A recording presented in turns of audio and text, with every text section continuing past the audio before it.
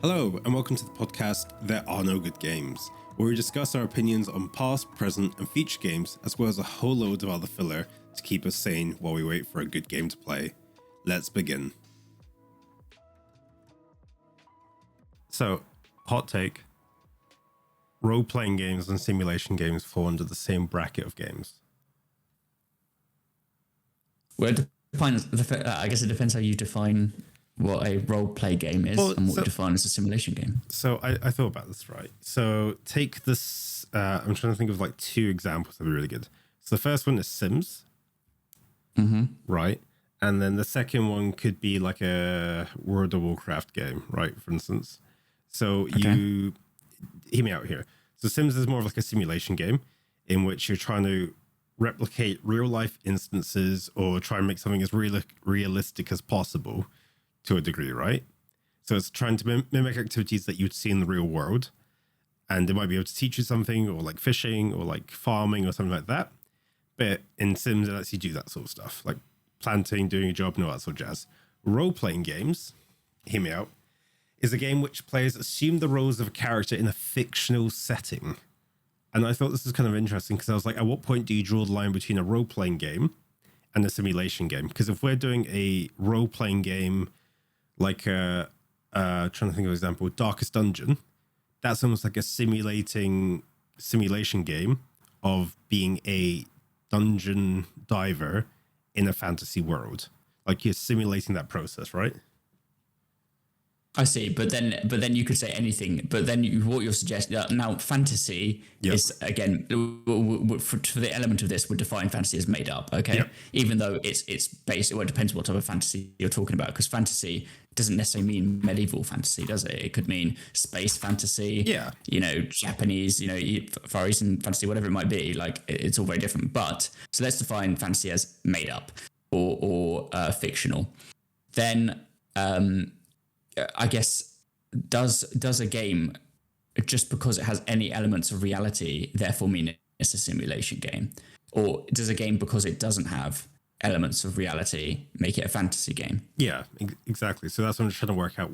At what point do you draw the line between an RPG and a simulation game? So Sims, in my head, is simulation right up until the point where you can start growing stuff and like seeing death and I guess growing using magic for the first time. Like, I don't know at what point you classify Sims as a fantasy game or an RPG to a simulation game. But in the same setting, Fable, the first one, where you have to eat, drink, keep yourself warm, heat yourself up and go adventuring, at what point you draw the line as a RPG and make it more of a simulation game?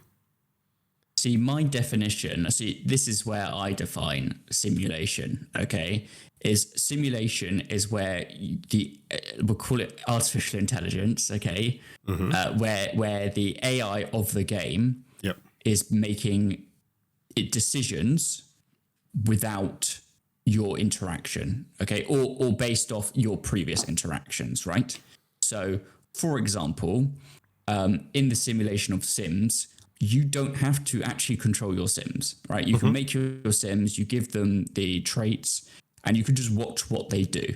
Now, I don't know if that's exactly like that exciting, because there's a limit to what they do in the Sims. Like your Sim doesn't go pick a job. Like you have to actually go get them a job. But at the same time, in Sims, they have skills, and RPG games also have skills, right? So it depends if you're going to say, okay, well, it's like a Venn diagram, is that here's the RPG, which at the same time, are you not fighting monsters in a world? Are you not simulating being a herbalist, a potion maker? Like technically that's all simulation in some way. The world is alive. It follows a conformed rules. It's simulation. If I designed my own alien species, and I put them into a world, and I just let them get on with it, and I'd program them kind of like, I might give them like pheromones like ants have, I might give them kind of like noise. I can like create random noise, simulate noises being made, and they might follow that and look for food there, whatever it might be.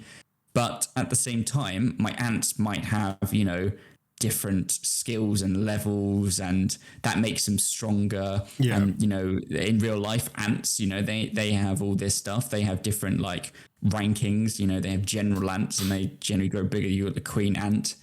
You know, all this stuff kind of fits together. So it could be simulation, but also the same as an RPG.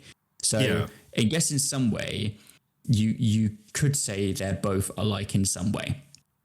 But no, it's I guess it's about the definition, isn't it? Yeah, I guess that's where you draw the line, because I'm going to take some like interesting examples, and this is kind of like to push out the barrier, right? So as much as you dislike the title of the game, Star Citizen, I think falls more into an RPG/simulation game, while something like F1 is more of a simulation/RPG, right?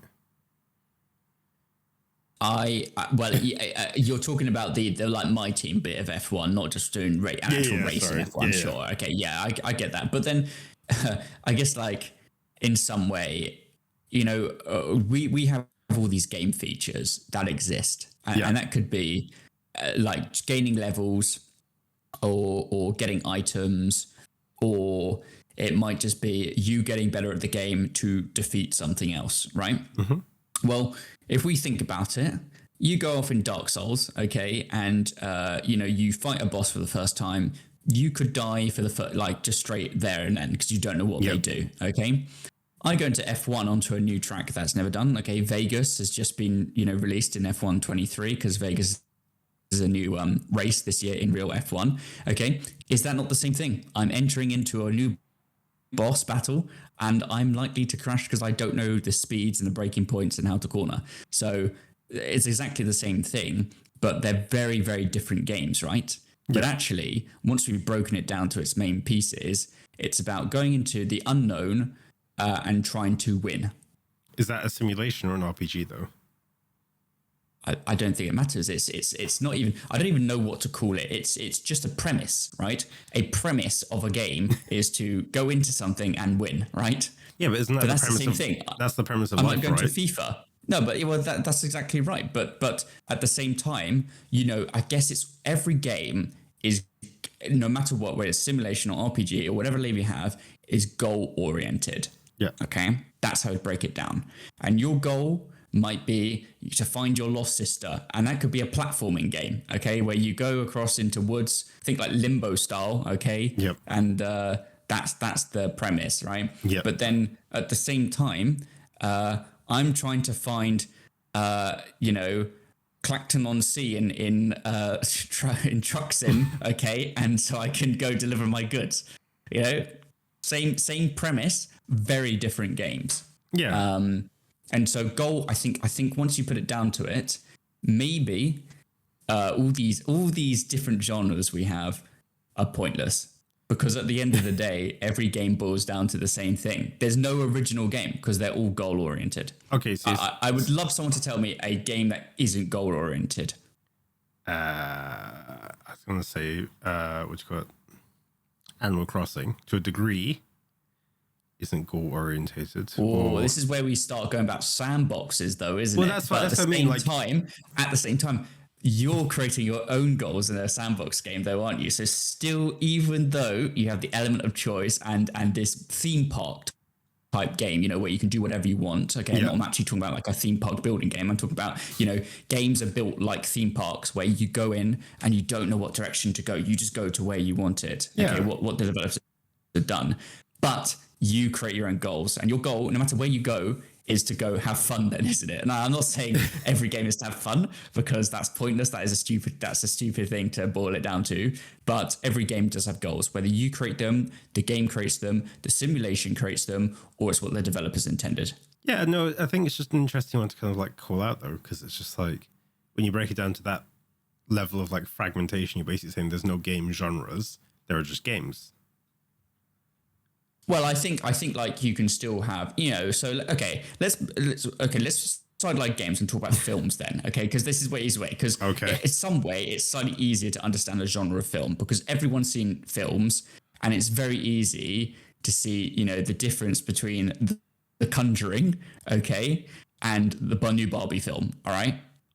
Yeah. Now both could be defined as horror depending on what your viewpoint of the Barbie film is, okay, but one, the genre of horror is to basically, whether it's a psychological horror or, it's this jump scare horror, that's very easy to define. Like someone go, oh, that's a horror film. It's scary, right?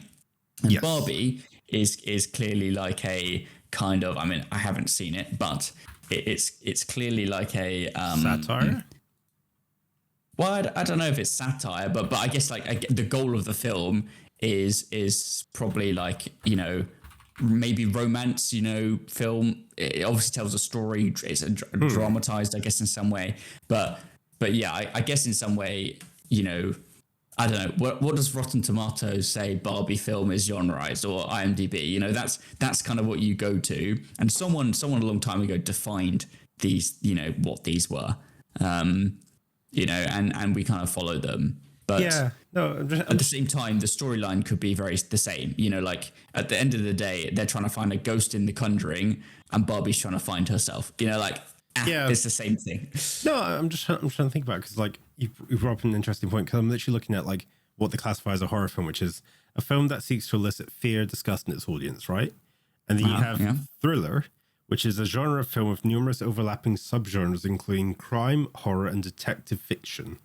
And it's meant to. So it's like a layer. It's a layer, isn't it? Then. Well, that's what I mean. And it's like it's really weird when you think about it, because you go back to your Venn diagram idea, and a lot of these films can actually intersect one another, but you just choose to pick elements of it, right? So here's a good example. If you're looking at purely definition, so it's meant to elicit fear or disgust. Take The Batman, because I know you've seen that and I've seen that. That I would classify as a superhero film, followed by thriller, because it's about Batman, but it's also like a detective film at the same time, but it has horror-like elements, right? Yeah, okay. So at what point do you kind of like categorize stuff and put them in boxes, or should categorization of games and films be a little bit more open context now? Like it should have flavors of X, Y, and Z, but they shouldn't be categorized as different games. Does that make sense? Well, why do, okay, well then I guess it then comes back to your example now is saying, well, actually films can be multiple genres, and we've given a great example there, of it. Although in some way they all kind of fit around this thriller, right? Which again is like a super genre, let's call it, which has like multiple things underneath it. And that's fine, because even horror itself is like a sub-super genre where you've got psychological horror, gore, you've got all these like mini things, you've got these, adjectives that help explain what the film is trying to elicit. But horror as its title, you can generalize it, but it doesn't have to be it doesn't have to be a psychological horror. And, you could have a horror film that has no gore, but then you could have a horror film that is pure gore, think like Texas Chainsaw Massacre kind of thing. Yeah, grindhouse cinema, right? Yeah, exactly. So I think they're very different. They're actually quite different films. And people will love to see psychological horrors, but then they would never want to watch a gore film because they're like squeamish of blood and that kind of stuff. But then at the same time, people just want to watch the gore because they're like, they've lived a life in so much pain. It's so they can never experience anything like that. Yeah. But then the psychological horror, they're hiding behind the sofa. So they're very different horror films, but you split them up. But at the same time, a film could be both.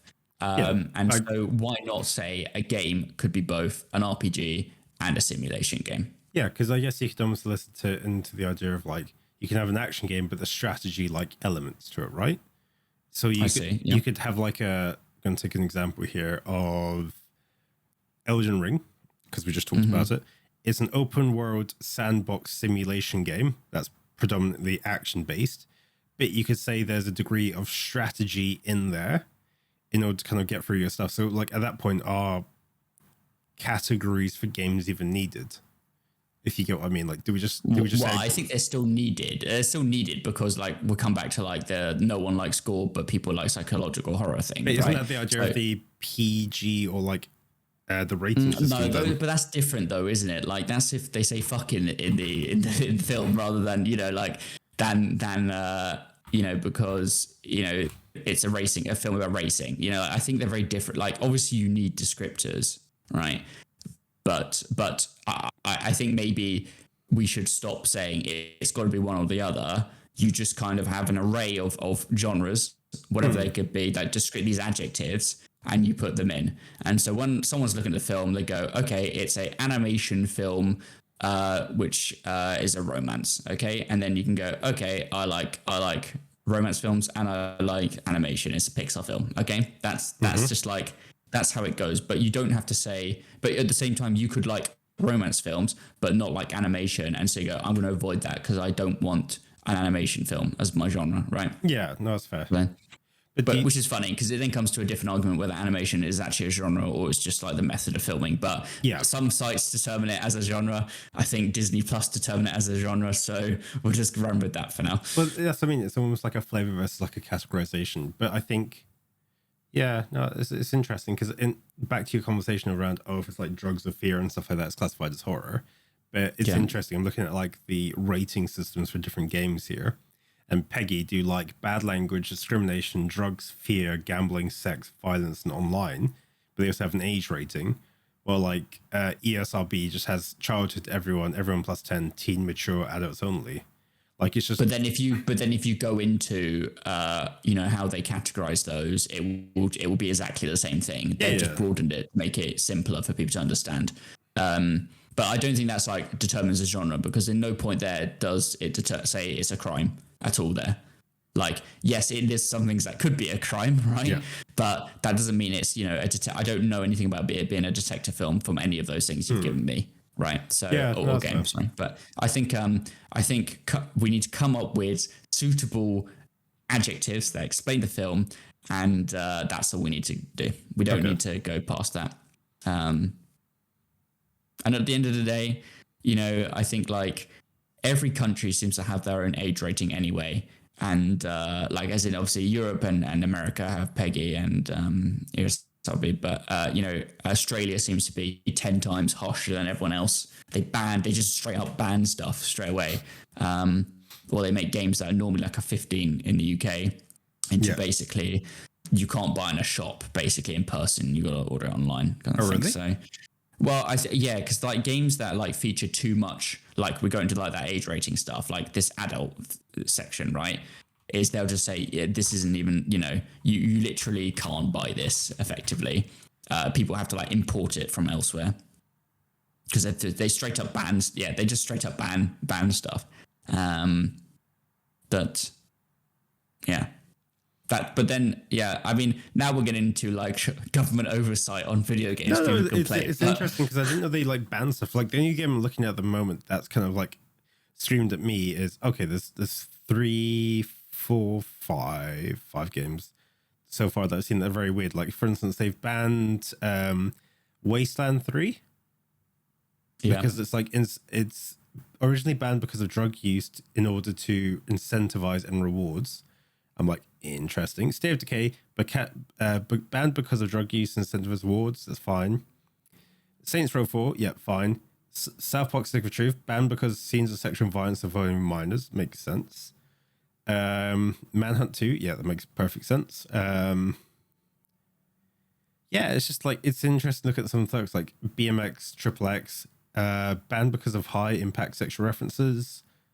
Yeah, it's just interesting. Like they haven't banned like a lot of games, but they banned enough to make me go interesting. Like Shell Shock 2's banned, Witcher 2 King of Assassins because of drugs again and nudity.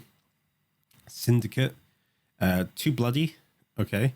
Hotline Miami 2 Wrong Number, banned because of drugs. Devolver rating ahead. That's fine. Well, actually, the overturn section is actually a bit more interesting. I'm looking at the Wikipedia article, but the overturn is much better. RimWorld was originally banned. Oh. RimWorld, very popular game, with people of actually quite a lot of ages, actually. Yeah. Disco Elysium, one of, yes, that's a very kind of like hardcore drama crime game, but at the same time, that's very popular. Things like We Happy Few, and drugs, that was, but that was, it's not even real. They weren't real drugs though, were they? Now, you could say, well, people got happy from taking the drugs and it means that it looks good. But at the same time, it's not like this is cocaine. This is going to make you really happy. Like it's completely different. And if you look at We Happy Few, it does not look like you would think, oh, that's going to be a banned game. It's definitely weird because it's like a good example here. And this is a really funny one. Grand Theft Auto San Andreas had its classification revoked following the hot coffee controversy. edited worldwide of the game, so it didn't get that. Like, you're like, okay, it's a little interesting. Even Duke Nukem 3D was banned. And like Fallout and Left 4 Dead 2. Doesn't this then become an argument for like technically you could call game development art an art form, right? Yeah, It no, is definitely. an art form. It's not. I'm calling it that. It is an art form.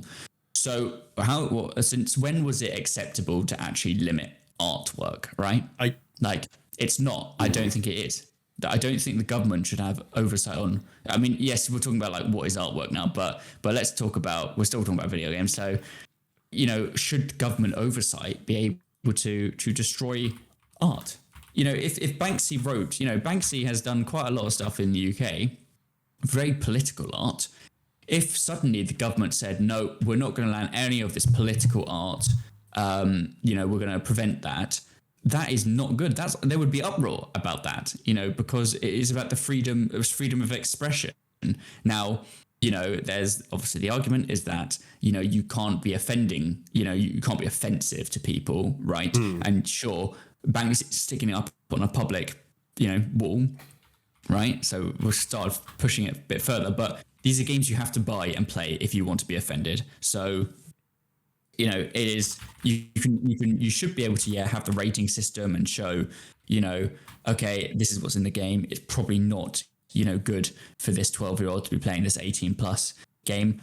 That's absolutely fine. I completely agree with that. But when it comes to outright banning, it shouldn't be allowed. And actually, at the end of the day, you could create rules to say the game can be sold for sure, but you can't advertise for it. That seems a bit better because you're advertising a game about drugs. You're not allowed to advertise drugs on TV in the UK, at least, right? I know America, sometimes it's a bit on the edge about, pharmaceutical companies can advertise wherever they want over there. But, here we don't even allow that. So, yeah, but we don't. Alcohol is a drug, technically. But in the UK, we have the whole policy that you gotta basically say, drink responsibly. There's a whole load of rules there, but that's what I'm saying. You can keep those. That's good. You should be able to enforce those rules, make it so people are aware of the risk. Yep. Stop the advertising in a certain way. I mean, should alcohol be banned from advertising on TV? Maybe, but we're not talking about that today. So no, that's a different argument. But in terms of like video games, you can have the same rules for an 18 plus. You can't you can't show it on TV, but you can't have it on the front shelf either. In the UK we don't even allow tobacco to be shown. No, it's behind the counter. I mean, that's the kind of thing that maybe those are rules again put in place to protect people, but not outright banned. Otherwise, we would have just banned it. So it's interesting you say that because I think Fallout 3 was advertised quite heavily, but that's classified as an 18 though, right? It's a 15. 17 plus apparently. I bet it depends what country because there's Peggy 18. There we go. Peggy 18. So I guess it depends what country, but also that's the thing. Like Oblivion though, Oblivion has 2 ratings. It's an 18 as well as a 15, depending on what platform it was on, right? So that also plays a part, it seems. Yeah, it's just very weird. Is it like the accessibility of it, or just like what kind of quantifies it? Like, I don't know. And this is me kind of just thinking aloud here. Art's consumable to anyone, anywhere, as long as it's not, as you say, like discriminatory, shocking, or somewhat there. But like some artists do go for that shock factor. Like, in my opinion, I think it's like a Japanese robot, or I can't remember. It's like the robot that like pours its oil back into itself, but it's still leaking. Right. Okay. Yeah. I think what you're talking about. Yeah, I think like, I do. Yeah. I think that's like almost like if I was to give it an age rating, like almost like an 18 or a 16 piece of art, right? Because that's quite like weird to watch because it's like slowly getting slower. It's running out of fuel and like kind of stuff, but it's also trying to keep itself going. I don't know. But I would say it's sort of like I don't know how to say it, right?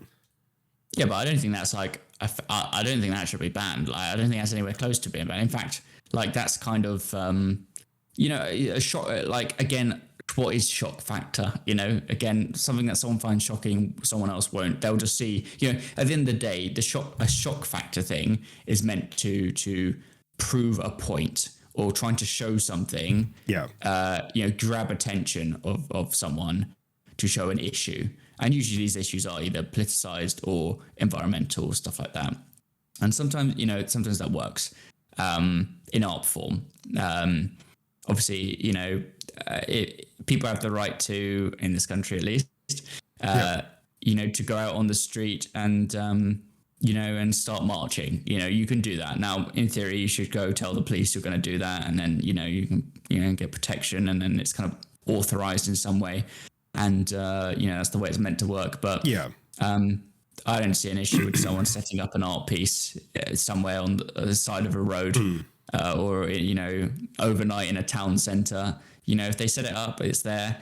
Well, it's not their land to put something up on, sure. So it can be removed. But like the Banksy stuff, that's never been removed. People, they try and put glass screens over it so it can't be taken away or changed or sprayed over or whatever it might be. Yeah. So I think people are more likely to, Banksy is one thing, but I guess, where does the line drawn between, I guess, vandalism then and trying to be a shock factor art piece?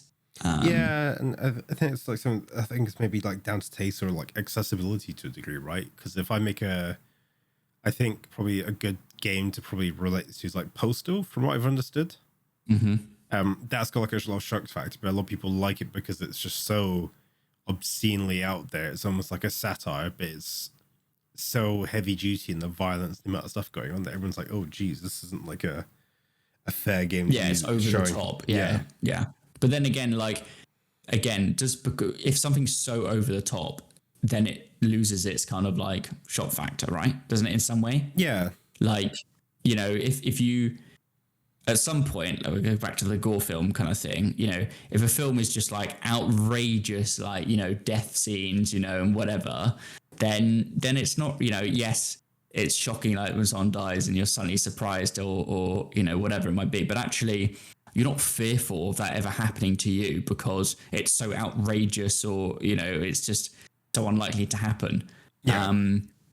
And so, so there is a limit to where it is. And so I guess if you're thinking about like a good game or a good horror film, it's got to, I guess it's got to hit that line where it's not too over the top, but it leaves all those surprises in to make it interesting and memorable to play. Yeah. No, that's fair. I'm just trying to like think about it. It's just crazy when you like, I don't know, when you try and get everything like lined up, because I'm trying to like line up your points and then also line up the idea of like Postal 2, right? Which is like slapped, banned, horrible game. No one should ever play it. But then you have stuff like Duke Nukem, Doom, and I'm trying to think of the last one. What do you call it? Wolfenstein, like the new one. They're all hyper gore, but because it's seen as like, it sounds horrible, non-human killing, it's okay. Does that make sense? But the second, like, it's a little bit too close. Like, I think it's innocence, right? So a good example is Doom. It probably got a lower rating because you're killing demons, and that seemed to be okay. But stuff like the Modern Warfare 2 airport scene is shock factor because it's killing innocents. Like, I guess it depends on like what you're doing and the kind of the setting and the objective, right? Yeah. It's just interesting how that dictates like age rating and stuff like that.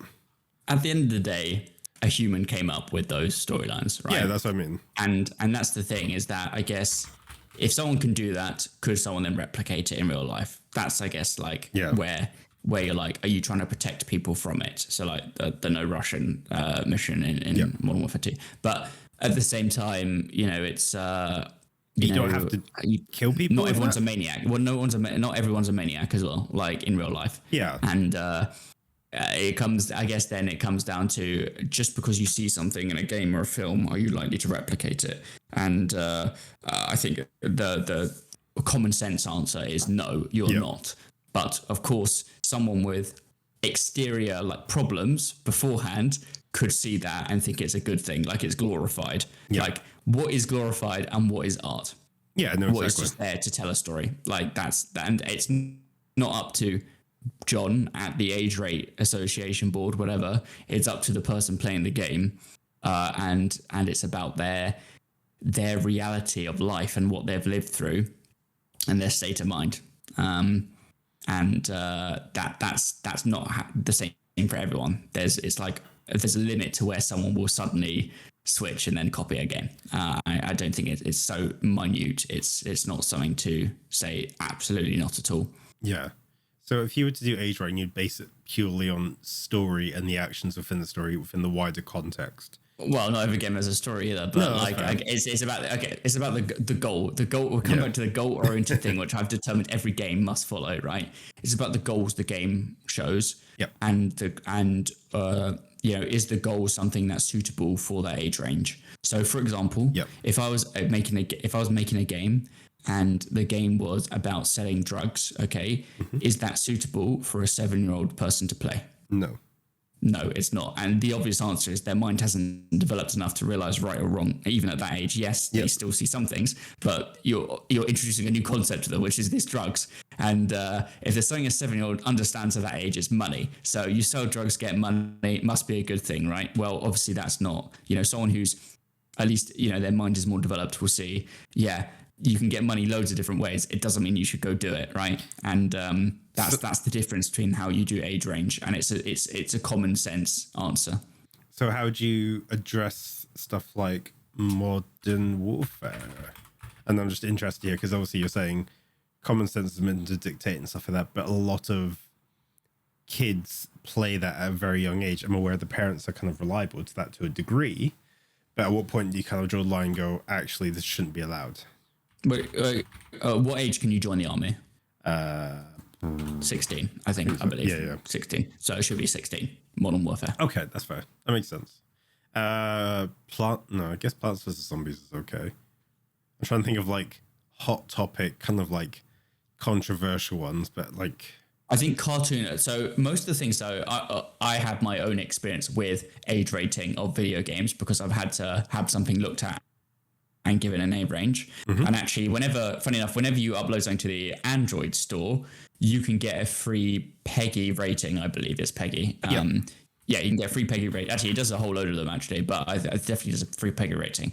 So if you're uploading a game or actually anything, you basically fill in a form and it basically tells you what it should be based on the information you've given it. Now, obviously, a lot of these like large releases on console and PC and whatever, these games are made by large companies. They obviously are then they pay PEGI and these other people quite a lot of money. Actually, it's in the thousands if you want it done properly, and they won't it's not filling in a form. Someone plays it and then determines based on the information the game company's given to them as well. But that form is a very simple way to determine it, and it is interesting. And funny enough, cartoon violence, no matter how small, you've obviously got to tell the truth when you're telling the forms. It goes without saying. You could say, the most minute cartoon violence. Suddenly, we'll skip it from what is technically could be a game played by a 4 or 5-year-old on an iPad, to actually something that's a 13 plus. Yeah, no, exactly. I was looking at that as you were talking about it, and I used Cult of the Lamb as my example. Because realistically, you are running a cult. You are doing human sacrifice or animal sacrifices. I'm using air quotes here. And it's a 12 plus. I'm like, okay, that makes holistic sense because the style and look is that. But okay, that's fair. Yeah, that's probably a fair way of doing it. But then again, it's how obviously again, it's up to the person filling the form at that stage. Really, obviously you can do it, and then someone looks at it later and reports you to PEGI, say this isn't this rating, and then it'll often get re-reviewed or it'll be investigated. But let's say I'm making a game like Mario Kart, right? Yeah. How much? There's quite a lot of cartoon violence is in Mario Kart, right? Yes. So you're saying no one but that's not the definition of cartoon violence. Yeah, that's true. Well, anything violent related, that's what it defines it as. And so, yes, it's not realistic violence. Obviously, I don't have a blue shell in real life, but, it's very possible that, a 4-year-old, I guess, sees it and goes, I'm going to throw banana skins everywhere so people slip over.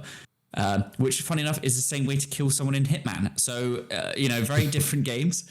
Swings and roundabouts. With that, but that's the thing. Like, obviously, you're not going to say you can only play Mario Kart above the age of 12. I think that's ridiculous. It's a very popular game with people under that age. In fact, it's one of the games people should be pushed towards at that age and not looked at. The actual violent games. Yeah. But that's the difference between cartoon violence. You can determine someone over the age of 7 is able to determine the difference between cartoon violence and real violence, right? That's why. I think it's probably it probably is a 3+, but it could be a 7 actually, Mario Kart. But that's kind of, again, it's this common sense thinking of, okay, this age range, they very clearly know the difference between between the two, and they are cartoon violence in itself is Mario Kart is the lowest form of cartoon violence from realism. So I think it's okay. As well as like Tom and Jerry to a degree, right? Because apparently that's meant to be 5 to 8. Yeah, exactly. Like Tom and Jerry, sure, what, all the traps, let's say, that, Jerry lays for Tom, all the like mallets that Tom pulls out to hit Jerry with, I could hurt someone in real life by hitting them with a massive mallet, right? But again, but it's that cartoon kind of like cat versus mouse game. Humans don't live, life day-to-day cat-mouse game. Obviously, some elements of life are a cat and mouse game, Some people's entire jobs are basically playing a cat and mouse game against people. Is that not what a whole police force does in some way? That's about fighting crime. But, it's an actual cat and mouse, and so it's very different. Yeah, exactly. Okay. So we determined contextually everything should be age rating based depending on the level of violence or the context of your actions in the game, right? Well, yes, we have agreed that this exists, but I don't think this detracts from the element of that you should also still have simulation and horror ratings on stuff separate to these age ratings, because they just still don't tell a story. But yes, I agree that you should still have age ratings. Well, instead of genres, should you almost call them like flavors? Like this game has flavors of versus like a genre. Because I'd say genre is like it's a heavy category. Or is that just me? Yeah, but is genre just not like... No, I think it's like how you define what genre is. Like, it's your own definition of it. Like, and it's like how... effectively, it should go into how in depth is someone going to list all the genres of a film. And, romance, comedy, like things can be switched over. Like romance, comedy, horror. Like, those 3 things can be a film, absolutely. Scary movie. Yeah, exactly. Like, and that's not to say, but someone can look at it and go, I really enjoy, comedy. And obviously they see horror and they're like, okay, but it's a comedy horror. So it's on the lighter side of it. Like, people can make informed decisions from, again, these descriptors. Yeah. So in other words, maybe we should just think of universal descriptors. And so no matter the medium, book, film, art, TV, game, we have these descriptors and someone's then much easier able to see it. Yeah, no, I think that's a great way of doing it. I don't know, personally, from a personal taste point of view, genres I find are very limiting to a game, because there's been some games in the past I'm like, I'm not into strategy games, I'm not into this type of game, I'm not into that type of game. You play it and you're like, okay, this is actually my thing. It just wasn't labeled correctly, I would say, or the genre was a little bit too heavy, in my opinion. Does that make sense? Yeah, so maybe we should stop saying you should label it straight away as just horror, right? It should actually say whether it's a gore horror or psychological horror. Like, that's the kind of thing. If it's romance, is it, an adult romance kind of thing, or is it like, it's a minor, are you a cat dating sim? I don't know, like you're in a cat cafe and, people come in on dates. Like, that's technically a romance game, is it not? But it's different. And here's one for you, just that's populated into my head. You make games. I do. You don't finish them, but that's a different story. They're always a working. Nothing's ever finished in life. Much like an artist. Until the day we die. Yeah. Until the day we die, nothing's ever finished. I have issues with games being categorized as an indie game versus a non-indie game. What are your thoughts on that? Because I would say some indie games are better than AAAs. Most AAAs are better than indie games, but also some AAAs are worse than indie games and have less content. What are your thoughts on that being used as a descriptor? Like, you can get... I'll take this as a good example, right?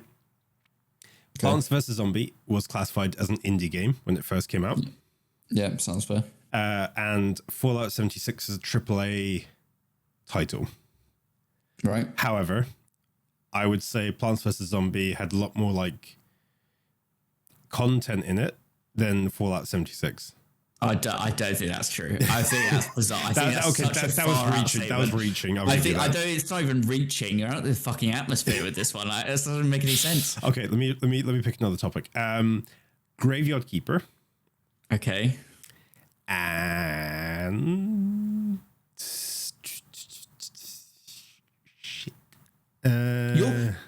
your definition, okay, by what I've just understood, by how you're giving these examples, your difference, your explanation and definitions are it's based on how much content there is in a game. That's how you seem to be defining an indie game. But that's not how I would define it, because an indie game could have more content than a AAA game in theory, right? No, but that's what I said. Yep. No, yeah, but your examples were false. But let's go with this, right? You are correct in saying a AAA, an indie game could have more content, or it feels like there's more to do.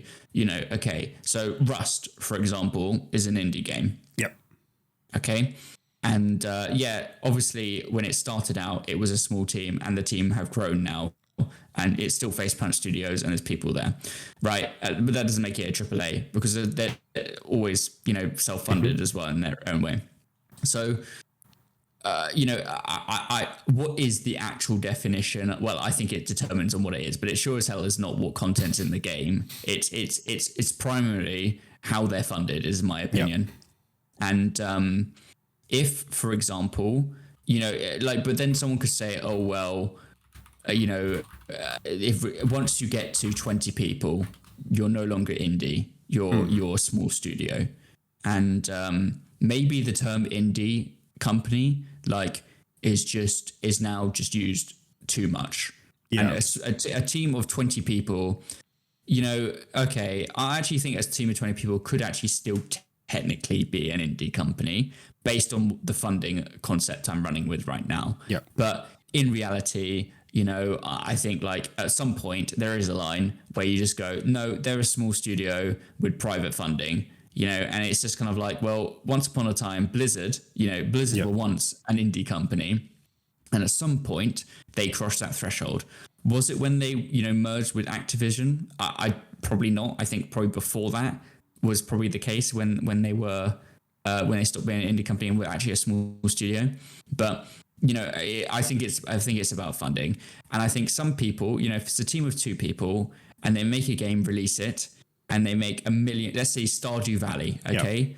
Stardew Valley was in the works for years and years and years, single person, okay? Now, obviously, a team of people put it on console. They translate the code, and remember they work on console. He didn't do that. Same with Terraria. Again, a studio did that. I think the original Minecraft was translated again by a second studio to go to the consoles. Yeah. But that doesn't mean the person who made it stops being indie. The guy is making it's like a chocolate game or something like that. I don't know exactly the details, and I don't think anyone else really does either. But he's still making updates to Stardew Valley still as well. But he's made a lot of money. But he's still technically indie. But that's based on size again, and no one's bought him out.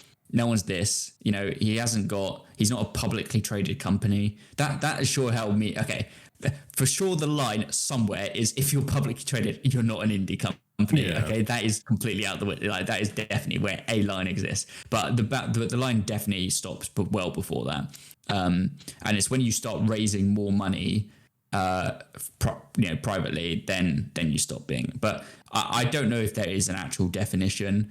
But for sure, the term indie company is thrown around too much for smaller studios.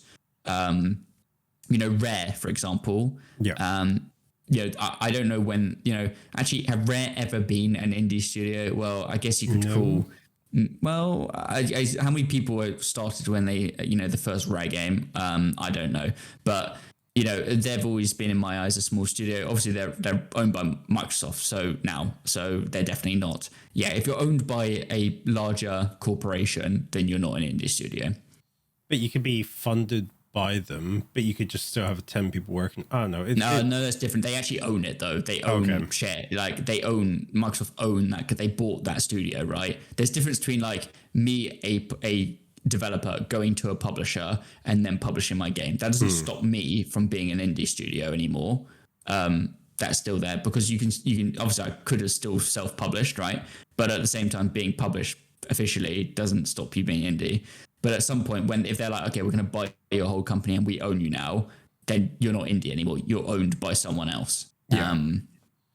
So yeah, I think when you start selling shares of your company, that's 100% when. It's easy to. This is the thing. Sometimes it's easy to determine when something's not it than actually saying what it is, right? This is one of those cases because I don't think there is a single definition, but it's very easy to say when it's not an indie company. Yeah. But it's definitely not how much content is in the game, because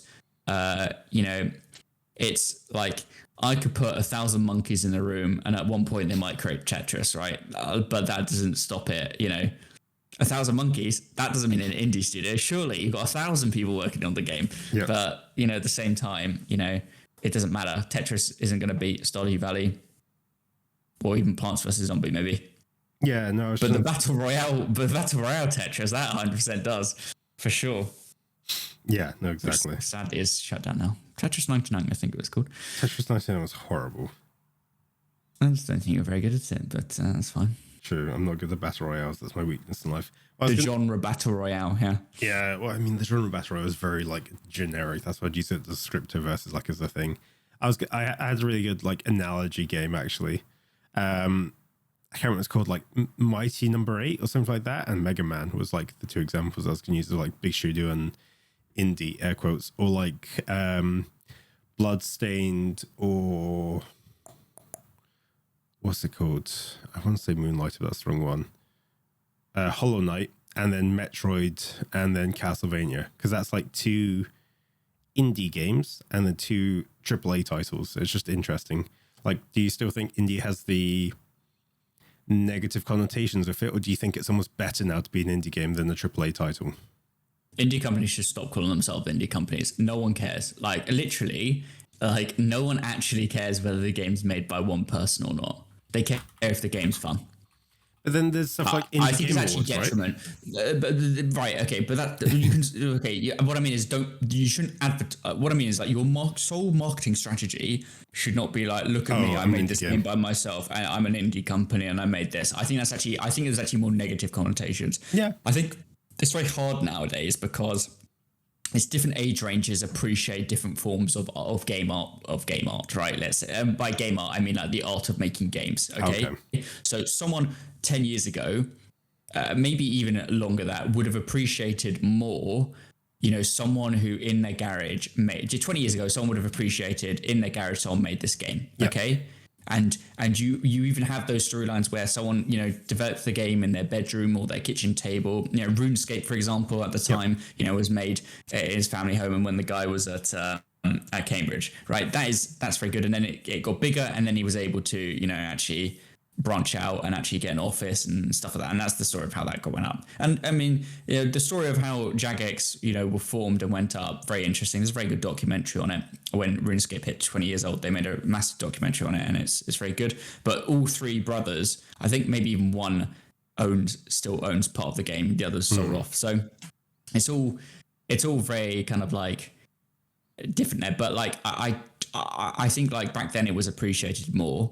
But now, even now, people don't care. And yes, Steam is, but this is now, this makes even more sense why people don't care, is because there's so much now more marketing to try and show games off that are indie, because there's so many of them, and actually people don't buy them normally. So things like these, the Steam, Steam now do it used to be twice a year, it's now 4 times a year. They do this whole, demos where everyone can play demos and stuff. I think there's someone just finished a while ago, a couple of weeks ago maybe. But, the next one's going to come up in October, I think it is. And people can submit their game, and people download demos. And Steam's front page shows it off. It forces people to go to get these smaller games. And the reason is because Valve make tons of money off the the 30% they take of all these games that people purchase. And because people are probably likely still to buy one large game than they are to buy 3 smaller games in a month. That's fair. Now, yes, people may still buy multiple large games or just multiple games in general because either they have lots of money or they have no money because they just don't know when to stop buying games. And that's like the level of where it is. But that doesn't mean that it's not about what's an indie game. No one appreciates that anymore. It's about the gameplay. And if the gameplay is not good, and actually most of the time, indie games, they have absolutely no idea how to market their game whatsoever. Yeah. They make the worst possible trailers ever. I've done small trailers for like game jam stuff we've done before, smaller things I've done, and they're not good. Like, I'll be honest, they're not good trailers, but it's not because, it's a lack of effort. It's just because you, as a sole person, focus on the wrong things. Because you've made the game in your own eyes, no one else has really looked at it, and so you think you're marketing it to yourself, and that's wrong. That's what indie games like to do. You need to market it to a mass audience. Yeah, and that's where a lot of indie games go wrong. Is how they market their game. Well, and they market it to people like them, and in reality, the indie game developers they're quite niche in what they enjoy. It's like, because here's an idea, okay? And this is how I think of games. I don't make all games like this, but let's say I was doing a game, you told me this weekend you need to make a new game. You have until the end of the weekend. Yep. Okay, which I used to do all the time. And I still do occasionally. I haven't done one in the last year, which I still need to do. But, the game jam is exactly like that. I think it's very possible I'll probably think of something out the box. That's what I'll do. I'll make something so niche because I'm trying to impress you with the use of my time, because I need to make something so interesting that you look at it and go like, there's thought that went into this, and then you kind of forget that it took 48 hours to make in some way, right? And it could be it's a cooking game, where you have to make food. You put food on in the pan and it fries, and then you put it on a plate and you put it in a place. Okay, but at the same time, you need to go out back and stop a zombie horde in your kitchen at the same time. So you need to fulfill the orders that you're giving to you game, or is that while fighting. RPG? Well, I don't know, but it's like such a niche game, because effectively what I've done is I've made a zombie game and added cooking. But you see how I started? I started with the cooking design because that was like the theme we went with, and so. Which bit do I focus on? There's 2 genres there, cooking and horror and action, probably as well, from shooting the zombies or whatever. Right, or maybe just hit them with a frying pan, so it's cartoon violence, so therefore I don't have to go up to a whole 10 age range from people. That's like a game that probably could be made in 48 hours. Obviously it'd be tough on the artwork, but the actual coding is probably is nonsense. I reckon that's pretty straightforward to do. Yeah. Do you think people, and this is, I'm not trying to stop you mid flow, by the way, do you think people maybe use indie as like a crutch to hold on to? Like if someone they think it's worth more than it is. No, it's like a weird one, right? So if you come out with a AAA game, I go, that's terrible, but then you tell me, it's made by a small studio or 3 or 5 people. Do you think I'm more likely then, or like the general population is more likely to then go actually it's pretty good for an indie?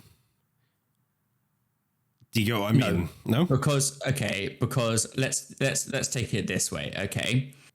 I put 20 people in a room, okay? They're all adults. Okay. And I tell them, you need to make me the best finger painting that that I have ever seen, okay? So I leave them in a room for an hour. I then get 3 children around the age of 5, 3 to 5. And I say, you need to make me the best finger painting. Yep. Okay. Now, the likelihood is both are crap, right? Okay. They're not going to be good because the tools I gave them are their fingers, right? And they ran out of paint. I forgot colors. There's just one color. There's whatever, right? Okay. Now, they're both, it's rubbish. Okay. Now, if you put them side by side and you tell me which one's better, No, you say, are you going to buy either of these? Okay, and put them on your wall forever. I'm going to tell you, no, I'm not. And if you turn to me and go like, well, think of the 3 children that made this, that's not going to affect me. It's still garbage. It doesn't make it better. It still looks like rubbish.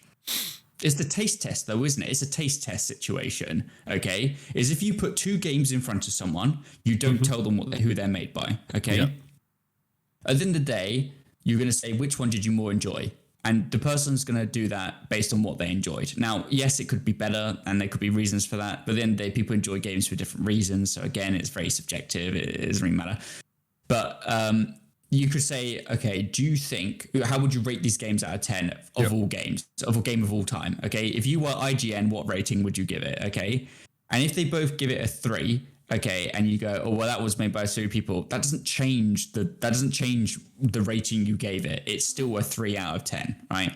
Yep. So I guess it depends like on the person, but I think like if the person it's like, oh no, I will play this. I will continue through this painful game because it's made by 3 people instead of Blizzard, which are basically the same people at this stage because everyone's left. But you know, it's basically the same. It doesn't make a difference to me. And I don't think it should. But I do think people hold on to the term indie and think it's worth gold, and it's not worth anything.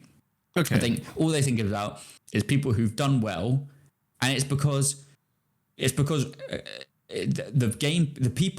people you remember in gaming, like the game developers you remember, the rock stars of game development, okay, they come from the smallest parts, you know, they come from those small games because they have the best stories to tell about themselves, right? Not about the games themselves, right?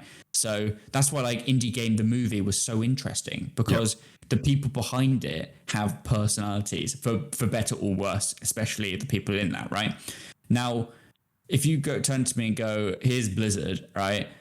If you look at like the videos that Blizzard do for World of Warcraft, where it's like they sit down, you know, whenever they're trying to like release a patch or like as Dragonflight was coming out, it was the most like scripted, pointless chat, like roundtable discussion I've ever seen. Yep. They might have well not done it because it was so pointless. There was no flavor, there was no personality. Okay, I don't remember any of those people in that video whatsoever. Okay, I do know the game director and I know the producer because they have personality and they've actually shown it and they can express themselves. It's the Todd Howard, okay? Yeah. But the thing is, with Starfield that's coming out, the only reason people know Todd Howard for all these games is because he's the only one who's allowed to talk. Oh. Well, he's a meme in some way, but Pete Hine, the PR director of Bethesda, he talks occasionally, and that's why he's known. But he's not going to be known to the average person. People who know Skyrim aren't going to think first of Pete Hine, the PR guy. They're going to think of Todd Howard because he's the only face they've really seen Bethesda, and that's the thing, and that he's the rock star of it. But that doesn't mean he's the best person in the company either. He's just in charge, and he's just the only person who can talk about it. And you know, when you're the only person who can talk about a game because you made it, you're going to be more well known. But that doesn't mean it's a better game because you got a small team. I think, arguably, in theory, the less people you have, the fewer people you have working on a game, the worse it is. In theory, if you like, as in that's the theory. That's not truthful. That's the theory, right? More people who work on a game, it means it should be better. But at the same time, that's the theory, right? But it's not true. It doesn't work out that way. And it's about like maybe indie gamers, because there's such a small team or it's one person, and because they have ultimate control of their game, they then don't have this kind of too many cooks situation, and therefore the game's better. Maybe all these AAA companies, they make bad games because too many people had a say in how it was made. Agreed, but I think a lot of people come to it with like prejudged in terms of games. So if like, for instance, I'm going to play a AAA title, I expect it to be worth the £50 kind of mark. Like to your analogy, there's some people who pay £15 for 3 games, and there's someone who pays £45 for a single game, right? Yeah. If I pay £15 for one game, I'm going to be less infuriated that it doesn't work off the bat. And a good example I'm going to use, and please take this with a pinch of salt, because I know we talked about this before and you get very irate in it, which is absolutely fine. Day of release, I'm going to take Divinity. Okay, let me take with the AAA game first, right? Okay. No Man's Sky came out. It was, yeah, no, I'm sorry. It was £50 off the bat. That game was abysmal, and everyone wrecked it because it was like, it's had so much money, it has so much thing. It's a AAA game, and everyone ripped into it because it was so bad and so horrible. But there's also been car crashes of indie games where people have gone, oh, it's fine, it's an indie game, give it time, or like, oh, to be fair, only 3 people have worked in it, I'm not that worried about it. Like, I think there is like an unconscious bias to a degree, because I've seen it before in the workplace where someone's like, oh, who the hell did this, blah, blah, blah, blah, blah. Oh, it's blah, blah. They're quite young. Oh, okay, that's fine then. But like, I'm not saying it's a good thing, by the way. I'm just saying I think there's like an unconscious bias towards the idea of either like ages when you're doing stuff, or like if it's an indie or not. Like, people are more lenient if it's an indie and it has some bugs and some kinks. Yeah, but do you know what it comes? You go for it. Do you know what it comes down to? It's not about the indie or the actual company. It's about the pricing that you paid for it, right? That's ultimately what you're saying. Okay, it was less expensive than paying £70 these days for a AAA game. Is normal. And if you buy one £15 game and it turns out you play it for hundreds of hours and you find loads of use in it, and then you buy a £70 game and you only play it for 10 hours, then obviously you're going to go, well, the better value was the game I played more. But at the same time, someone who just plays Call of Duty all day, they're going to play that £70 and they're going to have hundreds and thousands of hours in a game that you only spent 10 hours in because you enjoy, playing like a survival game, theme game that you spent £15 on. And again, it's but it's a sandbox, and maybe indies is better at making. Maybe indies just make sandbox games, and that's why people love like indie games, because there's the element of actually simplicity in it, and it's not overly complex. It's not sometimes it's not even really refined, and people love games that, like, some people are like, I only play games that have refined and they don't have all this kind of nonsense in it. But then an indie game, maybe they're going to take shortcuts because they're an indie game, developer, and it allows people more freedom to play the game, and there's more quirks, and people like those quirks. And then they'll say, oh, I'll fix that quirk, and then the whole community, because they've built a community, because they're much more down to earth than some of these AAA companies, will go, no, don't fix that. We're all used to it. We like it. And those are you don't hear about those stories really in AAA games where fair. The community say no, please keep this bug in, because usually it's not a quirk to keep in. It's generally like just poorly tested or developed.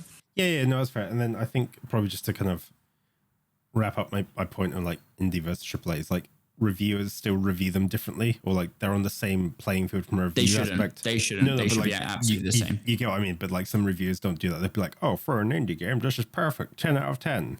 But then they'll give like, I don't know. Trying to think of a game here. Stellaris, like a 7 out of 10, because you know what? It didn't really capture the sci-fi 4X thing I wanted it to. But I don't know. Dr. Do's wizarding internet game Finanza, where it's a 4X on the internet. It was made by 2 guys. It was pretty good, and it had everything that ticks boxes. 9 out of 10. Do you get what I mean? Or am I just rambling? It's the price. No, because then again, it's like, what's in it? Again, like, I think it's just pricing, really. I think at the end of the day, it doesn't matter how many people made the game. It's about the price you pay and the thing you get out of it. And, maybe, again, actually, you've said, we said this earlier, actually, about the reviews, and I brought up the rating system first, but I probably shouldn't have done, is that games then shouldn't be rated with a number, because it's arbitrary. It doesn't mean anything. My 7 out of 10 is different to your 7 out of 10. Yeah. And so someone could listen to me and I go, oh, it's a 7 out of 10, and go, oh, okay, that's not bad. And then you give it a 7 out of 10, but you're like giving it a 7 out of 10 because the 3 points you're missing are because you didn't like the graphics of the game, but actually it's stylized, and I think that doesn't matter, like it's meant to be like that. And so like it's so arbitrary. So really, they shouldn't be a rating like at all, a numbered rating at least. They should just be people who enjoy this, like pros and cons. That's what it should be. I want bullet points. When I go look for like software I need for something, the sites I always like find and actually are helpful. Like if I was looking for like new pedals and steering wheel recently. Okay. The site I found helpful was one that listed a whole load of them in no particular order and just showed pros, cons. Here's our recommendation. The recommendations relating back to the pros and cons of all of the 3 things above it are because this is better for a mid-level. For the pricing, it's much better. And there you go. The keyword is pricing, value. The value rating is what it is, basically. Yeah, no, I completely agree. I think is it qualitative? That's like descriptions? Qualitative? Yeah, qualitative. Yeah. Data is a lot better. Like, I don't know about you. I watch, if a new game comes out, I watch Gamer Ranks, I think. Yeah. Because I find their stuff better because they're like, oh, this is the game. This is what I think of it. Like, a good example is I watched it for... Oh, what did I watch it for recently? I watched it for...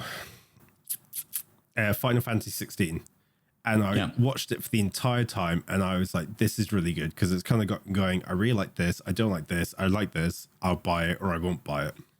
Like, I prefer that style of game rank, which is like great, but I hate IGN, which is like, oh, the game's really done well, it's got a lot of good graphics, the storytelling is really powerful, 6. And you're like, how did we get to this number? Like, because I don't know about you, I find sometimes, like you said, quantitative data is good for comparison, but the issue is if the same person's not comparing it each time, it's absolutely like dog and it's not going to work out, right? Yeah.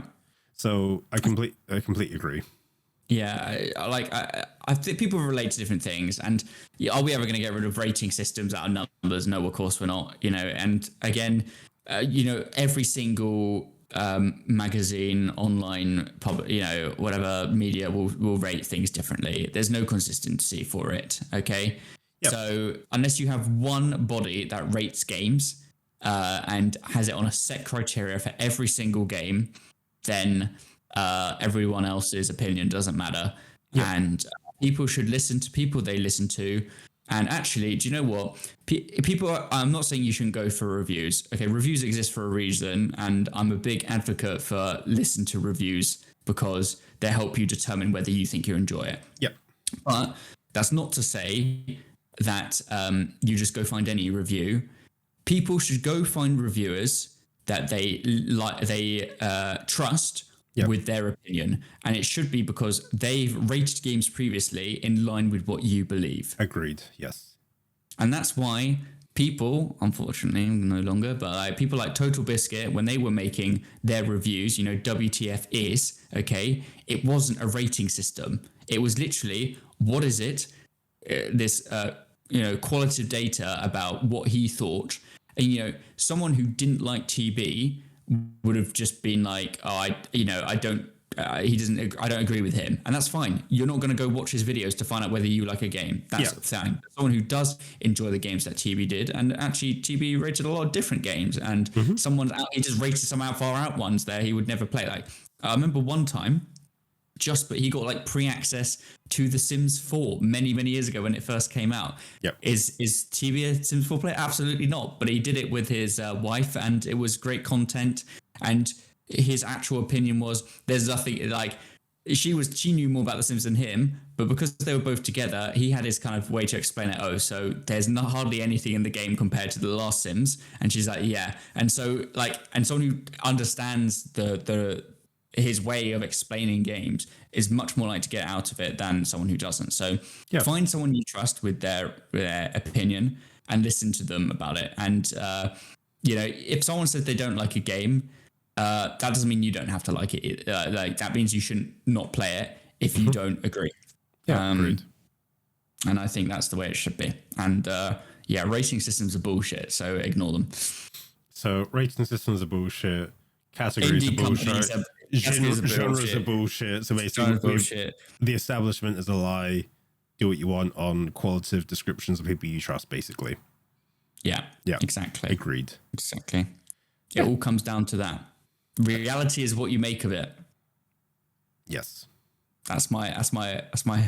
Isn't that a Bill Cipher quote from? That's my quote of the day. I don't know. It could be anyone. Quote of the Anonymous. Unknown.